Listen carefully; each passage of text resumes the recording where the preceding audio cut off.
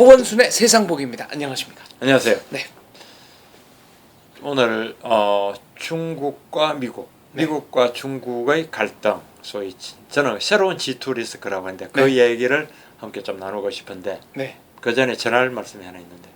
저희 이 베나TV가 시청자들의 댓글에 적극적으로 네. 응답하는 방송입니다. 예, 사실은 얼마 전에 제가 그 댓글 써주시는 시청자님들한테 감사히 생각하면서 네. 뭐 가급적 이렇게 꼼꼼히 봅니다. 근데 이제 제가 그 댓글 다른 게 조금 그거 해서 못 다른데 한 가지 이것만은 오늘 하나 해명을 간단히 네. 하고 넘어가는 게 좋을 것 같아서 참 어떻게 보면 좀 유치한 해명을 해야 돼요. 지난번에 로스쿨 가격 문제를 우리가 얘기하면서 네. 제가 한 얘기의 요지는 거듭 들어보십시오. 제 얘기는 로스쿨이 정당하지 않느냐, 우리나라 로스쿨이 부실하냐 충실하냐, 우리나라 로스쿨이 좋으냐 나쁘냐, 잘하고 있냐, 그걸 전 얘기한 게 아닙니다. 제가 한 거는 어디까지나 로스쿨 등록금이 어땠든 간에 왜 정부가 관여하는 걸 그렇죠. 얘기했습니다. 제 얘기는. 네. 그래서 예를 들면 우리가 저녁 한 끼에 점심 한 끼에 호텔에 가면은 한 끼에 20만 원 하는 데도 있고 그 이상 하는 데도 있습니다. 네. 거기는 비싼 데는 뭐 서비스가 좋다거나 아니면 가격이 맞지 않다면은 저절로 안 가면 되는 거고 네. 망할 것입니다. 정부가 비싸다고 말하다고 할 네. 이유가 하등 없는 겁니다. 한국경제신문을 이렇게 만들어 놓고 15,000원 배달까지 해서 15,000원인데 이렇게 잘 만들고 열심히 만들고 왜 15,000원밖에 안 받냐, 5만 원 받으라고 말할 수 없는 것과 마찬가지로 네. 왜 이렇게 부실하게 만들어 놓고 15,000원에 받느냐, 10,000원만 받으라라고 말할 수 없는 것과 똑같다 이겁니다. 한국경제신문 옆에 아주 유명한, 좀 허름해 보이지만 유명한 설렁탕 집이 하나 있습니다. 6,000원이지만 아주 맛있고요, 맛집으로 유명합니다. 이 설렁탕 집에 6,000원인데 저 옆에 예를 들어 새로 낸 집이 맛도 별로이면서 12,000원을 한다고 해서 정부가 개입할 수 없는 겁니다. 그렇습니다. 왜 맛도 12,000원? 아무리 양보해도 12,000원 가격이 없다면 정부가 거기서 뭐 정부도 아닌 서울시 같은 데서 위생 점검을 나온다든가 그만한 가치가 네. 이제 둘러보는다는 것도 저는 월권이라고 생각하는 겁니다.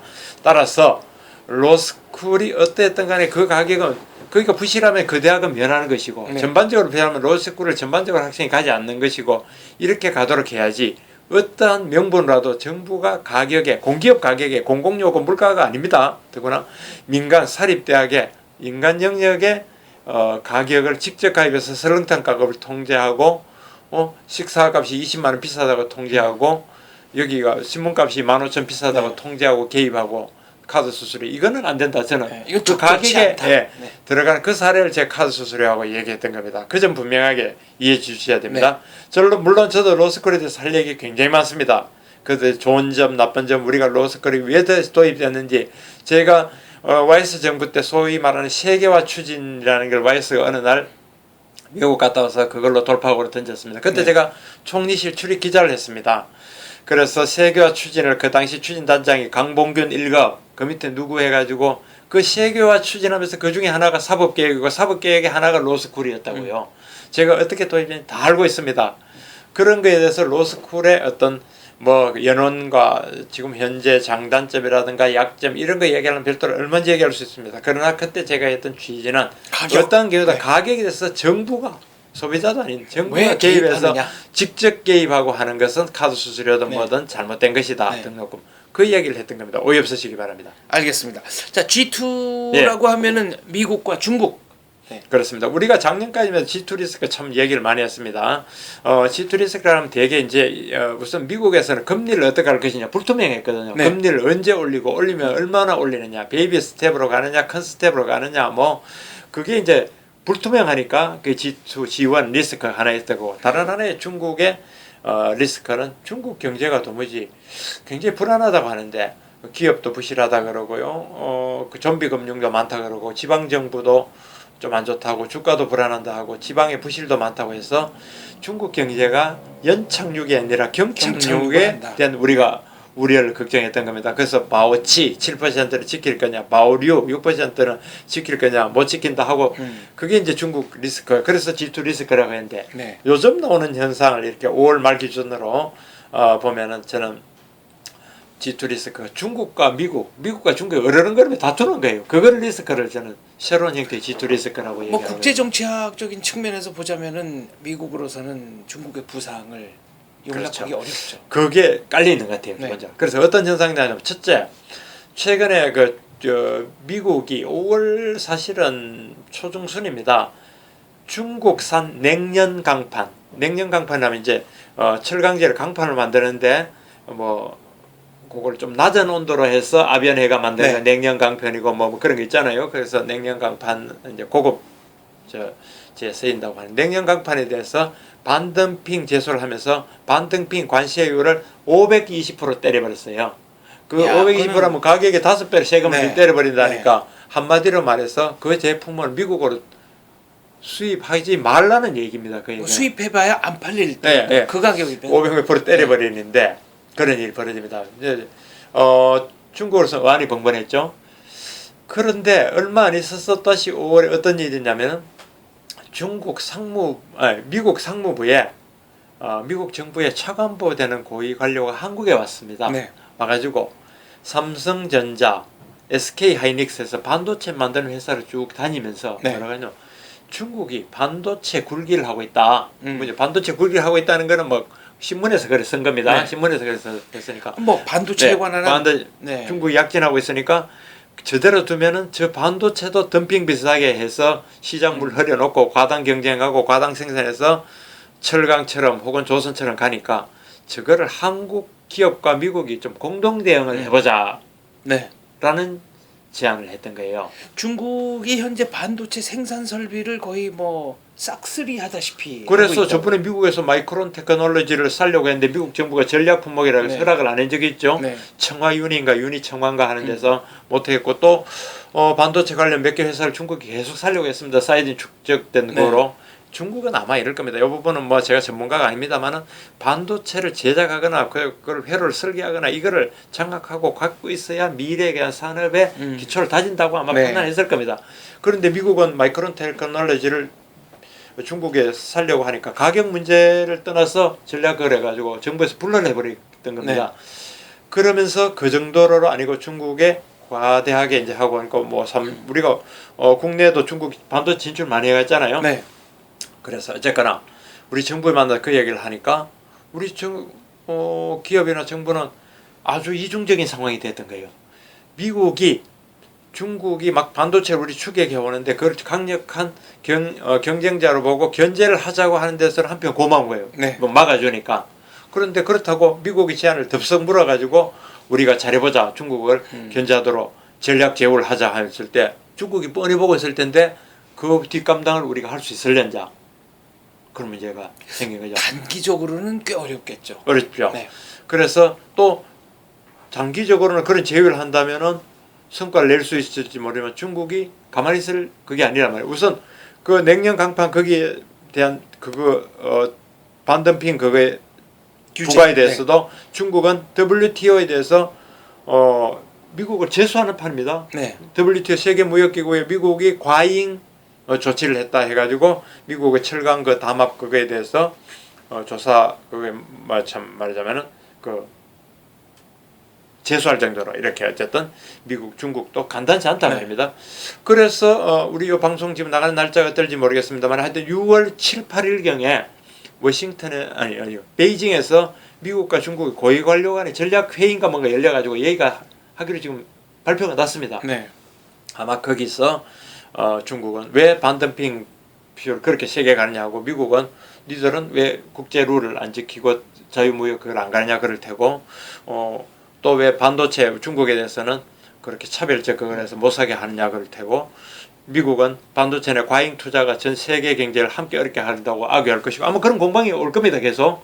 그래서 어쨌든 지금 상황이 아까 말한 제가 G2 리스크라는 것은 철강, 반도체 이런 거에 대해서 미국과 중국의 어떤 어르렁거림 또 미국으로서는 중국의 그 약진의 그거에 대한 뭐랄까요 좀 견제. 네. 그것도 중국은 쉽게 또 수긍하지 않습니다. 그래서 중국과 미국과 중국이 철강에서 한판 싸움을 벌이고 반도체에도 전쟁을 갔는데 또 미국은 반도체 전쟁에서는 한국 보고 우리하고 같이 싸우자고 네. 했는데 우리는 어떻게 해야 되는지 참 그렇다. 또 그리고 미국은 중국을 이번에 단단히 한번 길을 길들려고 했는지 일본과 대만에도 이런 같은 제안을 했다고 그래요. 네. 일본과 대만에도. 그래서 미국 입장은 중국의 그 반도체 투자를 제가 내버려 두면은 아까도 말씀드렸습니다만은 철강에서 그 과잉 투자와 과잉 그 설비 투자로 인한 그런 모두 공멸 같은 상황이 네. 벌어진다. 그리고 중국의 대체 뭐 반도체도 우리가 작업하겠다 지금 말하는데 중국이 뭐 일하도 뭐 작업하게 됩니까? 그걸로 더 많이 생산하고 해외 시장 노리는 건 뭐 너무나 당연하고 그걸 또 나쁘게 말할 수도 없는 거예요. 어떻게 그렇습니다. 보면은. 네. 그래서 지금까지 중국 논리는 작업이다. 작업이다. 작업 자족할 때 우리 내수용이다. 그렇고 중국은 버리지 않는다 하는데 사실은 이것만이 아니죠. 아마 우리 보는 그 이충건 박사님이 충분히 설명을 많이 했을 거로 보입니다만은 남중국해에서도 그렇죠. 중국과 네. 미국이 지금 간단치 않은 사이입니다. 그죠? 그 미국은 뭐 베트남, 필리핀과 네. 그걸 뭐 저 이충건 박사님 그걸 보십시오만은 네. 제가 간단히 압축하면 이런 상황이 같습니다. 중국은 남중국해를 자기 앞마당이라고 그렇죠. 남중국해가 이래 네. 보니까 우리 한반도에 한 6배 정도 되더라고요. 꽤 크죠. 126만. 예. 그렇게 주머니처럼 불룩하게 예, 126만인데 바다. 거기에 이제 섬이 뭐 남사군도, 중사군도, 동사군도, 네. 서사군도가 있고 그 남사군도가 이제 이래 보니까 제가 찾아보니까 서사군도의 서쪽은 베트남이 오래 관리했고 네. 서사군도의 동쪽을 중국이 가지고 있었는데 베트남 전쟁 때 중국이 이걸 확 다스려버렸더군요. 네. 그래가 해남도 하고 연결시키고 관광지라고 뭐 중사군도니 동사군도니까 암초니까 그 뭐 산호초 사람이 살지는 않는 섬입니다. 네.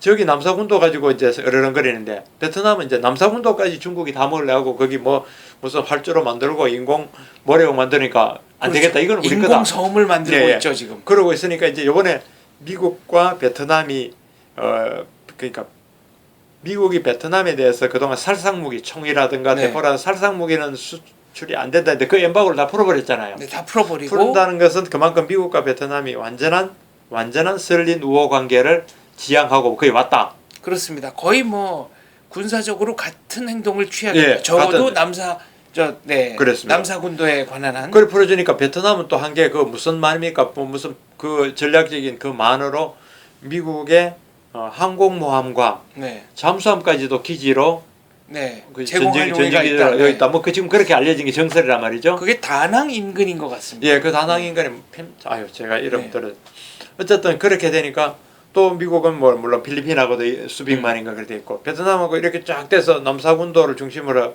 중국에 안 그래도 뭐 중국 비행기하고 미국 그 비행기가 뭐 15m까지 접근했느니 뭐 네. 실탄 옆에다 두고 포사격이 그렇습니다. 있었느니 온갖 얘기 벌어졌는데 파일럿들끼리 서로 얼굴을 알아볼 정도의 거리였다는 외실 뭐 15m까지 접근했다는 거예요. 이게 날아가는 비행기가 15m 접근했다는 거는 거의 뭐 충돌한 거나 마찬가지 아닙니까? 자동차로 치면은 서로 이렇게 차체를 맞댄 채로 간 것 같은. 그러니까 전 뭐 그런 어떤 전략적 그 고급 무기에 대해서 내용은 모르겠습니다만 어쨌든 굉장히 어르렁거리고 실제 포사격도 하고 중국도 하여튼 해군력이 무지 네. 됐고 뭐 미국이 해군력을 빼버리면 얘기할 수 없는 거고 그래서 어쨌든 베트남하고 미국이 완전히 어떤 굉장한 참 우호 관계로 되고 그래서 정상을 되고 그 기지를 제공한다니까 중국은 아마도 네. 불편할 거예요 그게 이번적으로 많이 불편하죠. 불편하죠. 얼마 전에 로버트 젤렉이 쓴 그 칼럼을 보니까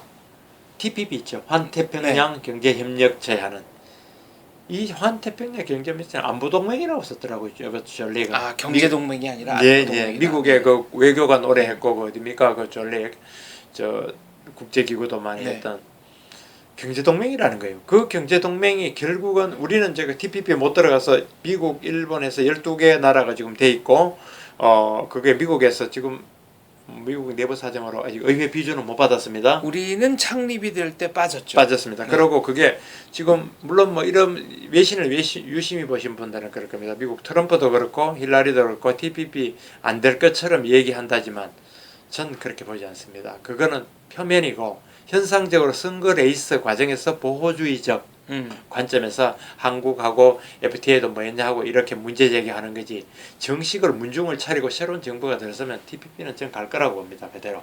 그래서 전략으로 가는데 어쨌거나 지금 일시적으로 TPP가 좀 미국 내부에서는 의회에서 비준 안 해주고 좀 덜커덕거리는 게 사실입니다. 유력한 후보들이 반대. 네. 그러나 궁극적으로 가는 게 중국을 배제하고 일본하고 이렇게 쫙 동맹, 경제 동맹을 위한 안보 동맹을 그래 가겠다는 건데 중국을 여러모로 불편한 거죠. 그것도 그렇게 있고 또 뭐 직접 거기 여기다 끼워 넣을 수 있을려나 없을려나 모르겠습니다만은 중국의 환율 정책 놓고도 네.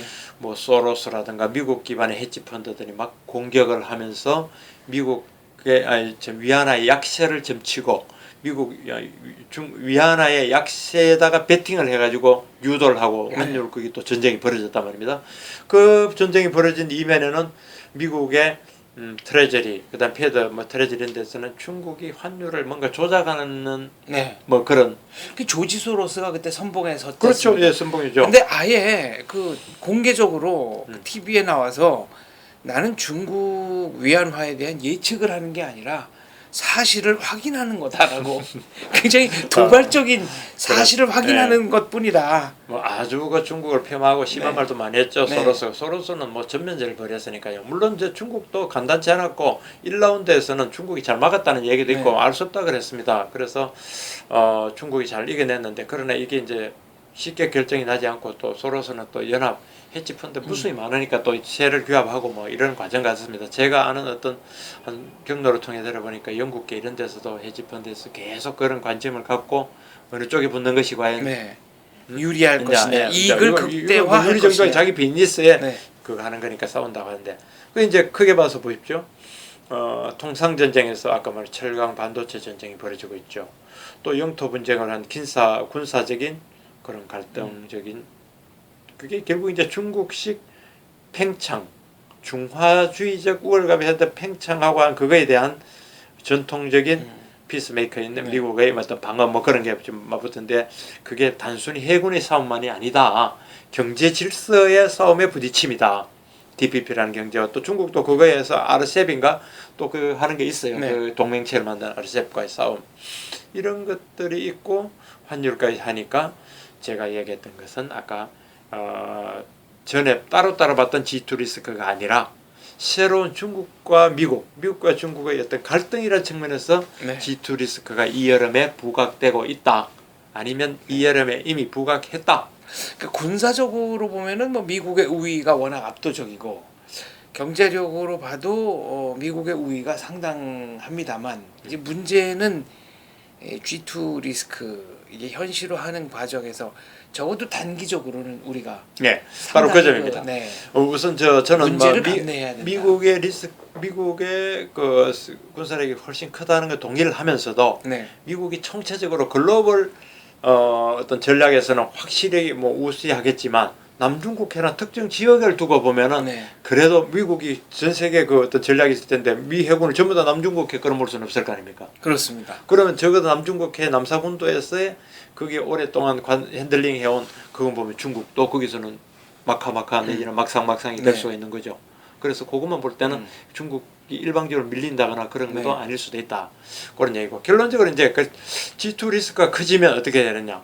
자, 미국과 중국이라는 두 거대 공룡이 풀밭에서 마구 전면질 치고받고 싸우면 그 사이에 끼어 있는 그 풀밭에서 살아야 하는 우리는 뭐가 되겠느냐. 네. 경전하사 네. 고래 싸움에 새우등이 터집니다. 그렇습니다. 그래서 뭐 우리가 세월을 하기도 못하고 그 참 토끼를 하기도 못하지만 어쨌든 우리가 거기에서 경제 규모로나 충격을 받아들이는 보면 우리는 아직도 아주 그 발달된 고도화된 경제 체제도 아니고 크기도 아닌데 미국과 중국이란 두 코끼리가 혹은 두 공룡이 풀밭에서 마구 싸우면 풀밭이 깨지고 박살나면 우리가 플레이하는데도 굉장히 힘들게 됐다. 더구나 중국은 우리가 뭐 누가 뭐래도 수출 수입해가지고 완전히 압도적 1위의 교역국인데 중국이 휘청거리는 거거나 신경질을 내면서 막 이리저리 했을 때 우리의 운신폭도 많다.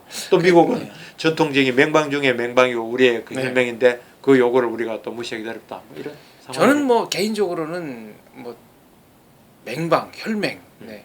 미국과 친하게 지내는 것이 대한민국의 번영의 가장 필수적인 일이라고 생각합니다만 그러나 중국과의 관계가 어그러진다면 단기적으로 아주 심각한 타격을 받을 수도 있겠다. 그래서 제안컨대 우리의 관료, 경제 관료, 외교 관료, 안보 관료들은 이 문제를 우리가 한 번씩 던지는 화두지만 24시간 집에 가서 또 일해야 됩니다. 집에 가서 또 자료 찾아보고 생각해보고 국제 채널에서 우리의 국익이 뭐가 궁극적으로 최고가 가는 거냐. 그 다음에 우리의 스탠스를 어떻게 네. 미국의 그 전략 동맹을 깨자는 얘기 아닙니다. 어떻게 그렇게 하면서도 더 공고히 가고 우리가 이 위기를 잘 극복하는데 좋은 스타일을 하느냐. 네. 요거를 정말 잘해야 된다. 단순히 어느 편이다 이렇게 끌 것도 아니고 아니다도 아니고 잘해서 우리를 대신해서 24시간 생각해가지고 좋은 전략, 좋은 스탠스, 좋은 전술을 구사하면서 우리의 이익과 우리의 발전이 극단적으로 가주십사. 네, 알겠습니다. 적어도 미국과 중국 사이의 경제 분쟁은 단기간 내에 끝나지 않을 거다라는 게 그렇습니다. 예, 그렇습니다. 주지의 사실이네요. 네. 알겠습니다. 당국자들의 분발, 현명한 판단과 분발을 기대합니다. 노력 기대합니다. 감사합니다.